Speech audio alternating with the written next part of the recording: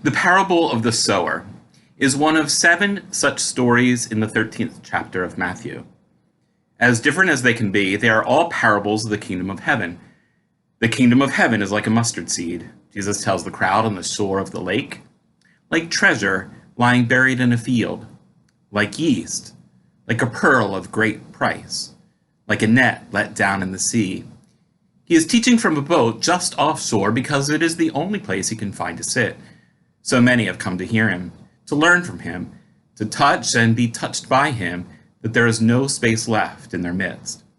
So he steps into a boat and speaks to them across the water. His words as full of life and as hard to hold as a handful of the lake itself. If the crowds had come for lectures in practical theology that day, then they are going to be disappointed.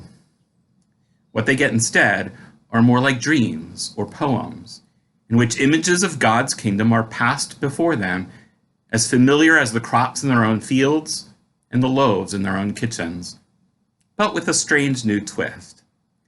Jesus seems to be saying that these ordinary things have something important to do with God's purpose for them, that these things they handle every day of their lives are vessels of some sort, illustrations of some truth that seems clear to them one moment and hidden the next. Like seed flung to the four winds, like buried treasure, like a net let down to the depths of the sea. Jesus' parables conceal his meaning even as they reveal it. And some say it was how he stayed out of jail and out of trouble for so long. He could have been arrested for talking heresy and treason after all, but for talking about seeds and thorns, good soil and bad, you're not likely to be thrown in jail for that. By speaking in parables, Jesus could get his message across without saying it directly, so that his followers nodded and smiled while his critics scratched their bewildered heads and wondered how to trap him. Jesus speaks in parables. He says, so that only certain kinds of listeners can hear him, those who listen less with their minds than with their hearts. The parable of the sower is a familiar one to most of us. In it, a sower casts seed on 4 kinds of ground. First, the packed ground of a footpath, then ground that is full of rocks, then ground that is thick with thorns, and finally good, fertile ground. Depending on where they land, the seeds are eaten by birds or spring up quickly and then wither away or get choked by thorns, while some of them, roughly a quarter of them, take root in good soil. I remember seeing this parable acted out in a stage production of Godspell when I was in college, a good-humored play based on the Gospel according to Matthew. 4 rambunctious actors dressed like clowns played the seeds, each of them meeting a different fate. The seed that was cast on the path no sooner hit the ground than other actors, making crow noises, flapped down and pecked him to death. The seed that was cast on rocky ground came to life with a bang, waving her arms around and dancing in place, but then an actor, carrying a big yellow cardboard sun, stood over her until she grew limp and crumpled to the ground. The seed that was cast among thorns barely had time to get to his knees before he was surrounded by prickly-looking characters who got their hands around his neck and choked him. Now, he was a ham who made a lot of noise and took a long time biting the dust, but finally he too was dead. Then there was the seed that was cast on good soil, who came gracefully to life and stayed alive, bowing as both the audience and her fellow actors gave her a big round of applause. Watching all that, I had the same response I always do to this parable. I started worrying about what kind of soil I was with God. I started worrying about how many birds were in my field plucking up seeds and eating away, how many rocks, hardened earth where nothing could grow, how many thorns choking away the fresh seedlings. I started worrying about how I could clean them all up, how I could turn myself into a well-tilled, well-weeded, well-fertilized field for the sowing of God's word in my life. I started worrying about how the odds were 3-1 against me. After all, those are the odds in the parable. And I began thinking about how I could beat those odds, or at least improve on them by doing better. That is my usual response to this parable. I hear it as a challenge to be different, as a call to improve my life, so that if the same parable were told about me, it would have a happier ending, with all of the seed falling on rich, fertile soil. But there is something fundamentally wrong with that kind of reading of this parable, because if that is what it's about, then it should be called the parable of the different kinds of soil. Instead, it has been known for centuries as the parable of the sower, which means that there is a chance, just a chance, that we have it all backwards. We hear the story and think it's about us, about what soil we are. But what if we're wrong? What if it isn't about our own successes and failures, and birds and rocks and thorns, but instead it's about the extravagance of a sower or the foolishness of a farmer who doesn't seem to be fazed by such concerns, who flings seed everywhere, wasting it with holy abandon, who feeds the birds, whistles at the rocks, picks his way through the thorns, shouts hallelujah at the good soil, and just keeps on sowing, confident that there is enough seed to go around, that there is plenty, and that when the harvest comes at last, it will fill every barn in the neighborhood to the rafters. If this is really the parable of the sower and not the parable of the different kinds of soil, then it begins to sound quite different, quite new. The focus is not on us and our shortfalls, but instead on the generosity of our Maker.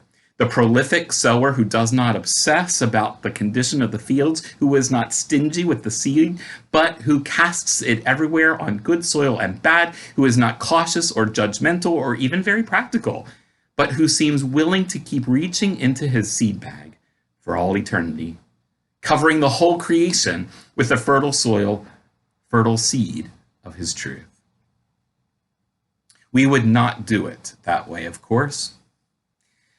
If we were in charge, we would devise a more efficient operation, a neater, cleaner, more productive one that didn't waste seed on birds and rocks and thorns, but concentrated instead on only the good soil and what we could make it do.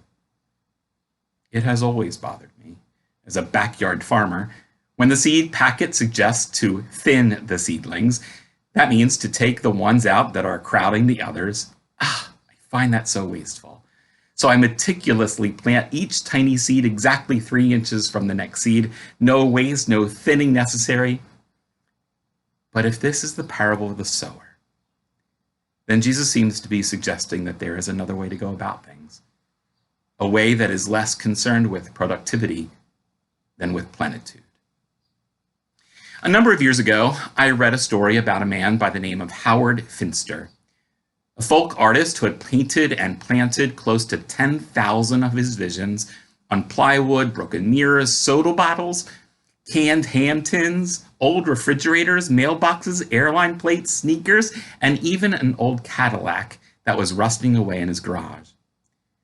Finster started out as a Baptist preacher, and he had served 8 or 9 churches in rural Georgia and Alabama before he became disillusioned in the early 1970s.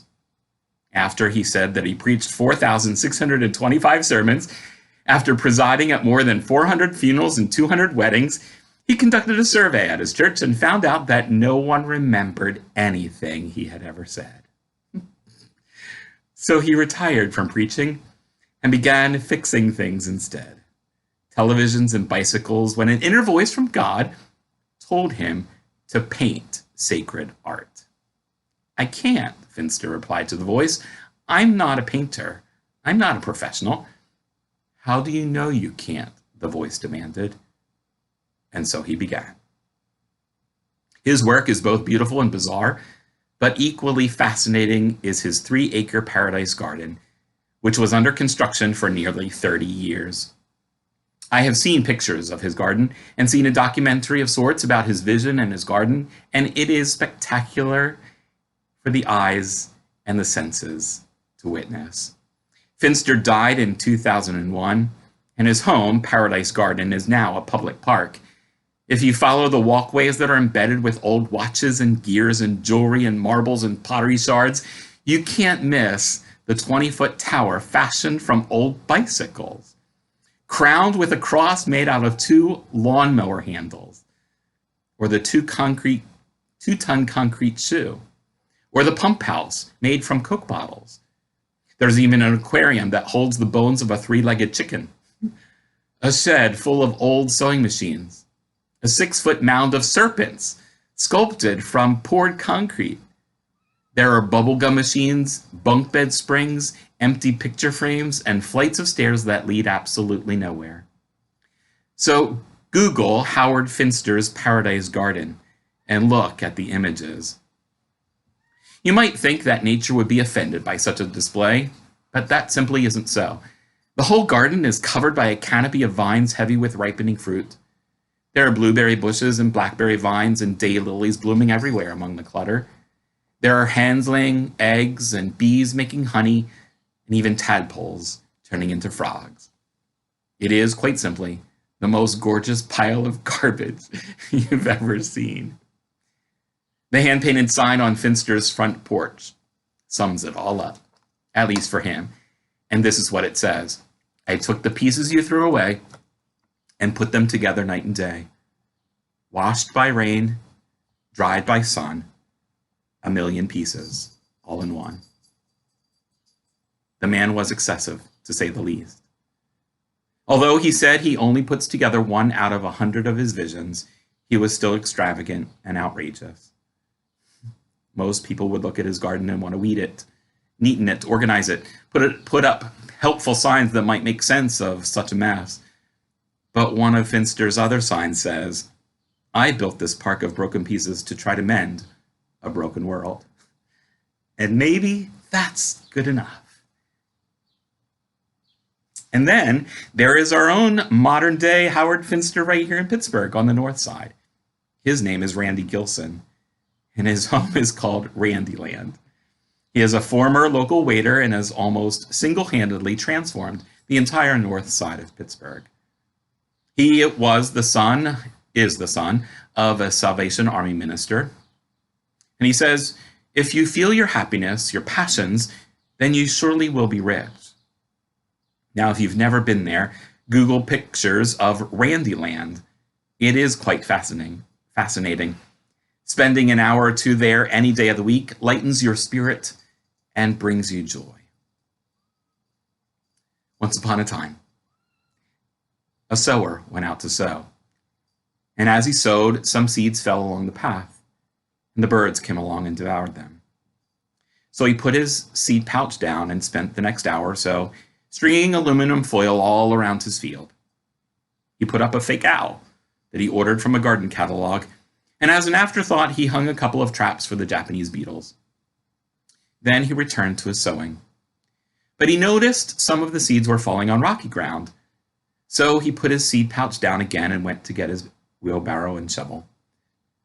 A couple of hours later, he had dug up all the rocks and was trying to think of something useful to do with them when he remembered his sowing and got back to it. But as soon as he did, he ran right into a briar patch that was sure to strangle his little seedlings. So he put his pouch down again and looked everywhere for the weed poison, but finally decided just to pull the thorns up by hand, which meant that he had to go back inside to look everywhere for his gloves. Now, by the time he had the briars cleared, it was getting dark. So the sower picked up his pouch and his tools and decided to call it a day. That night, he fell asleep in his chair, reading a seed catalog. And when he woke the next morning, he walked out into his field and found a big crow sitting on his fake owl. He found rocks he hadn't found the day before.